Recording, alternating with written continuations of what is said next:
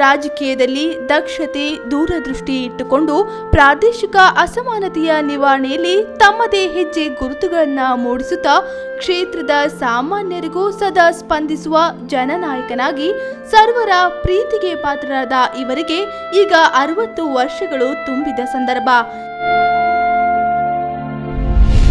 ಮೊಗ್ಗೆ ಎರಳಿದ ಹೂವು ಮಗಮಗಿಸಿ ಪರಿಮಳಿಸಿ ಜಗದ ನೋವಿಗೆ ನಲಿವ ತುಂಬಿ ಬೆಳೆಸಿ ಅಂತಃಕರಣದಿ ಮಾಗಿ ಮಮತೆಯಲ್ಲಿ ಮನಬೀಗಿ ದೀನ ದಲಿತರಿಗೆಲ್ಲ ನಗುವ ಮಗುವಾಗಿ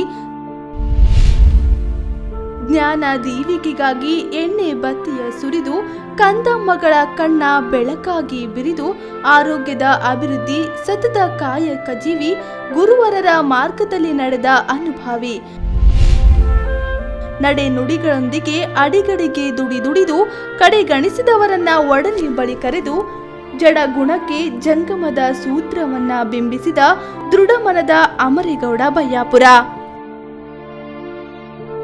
ಇದೇ ದಿನಾಂಕ 16 ಡಿಸೆಂಬರ್ 2014ರಂದು ಷಷ್ಠಿ ಪೂರ್ತಿಯನ್ನ ಆಚರಿಸಿಕೊಳ್ಳುತ್ತಿರುವ ಮಾಜಿ ಸಚಿವರಾದ ಶ್ರೀ ಅಮರೇಗೌಡ ಪಾಟೀಲ್ ಬಯ್ಯಾಪುರ ದಂಪತಿಗಳಿಗೆ ತುಂಬ ಹೃದಯದ ಹಾರ್ದಿಕ ಶುಭಾಶಯಗಳು. ಈ ಸೀಮೆಗೆ ಶಿವ ನೀಡಿದ ವರವೋ, ಈ ಊರಿಗೆ ಇವಾಲದ ಮರವೋ,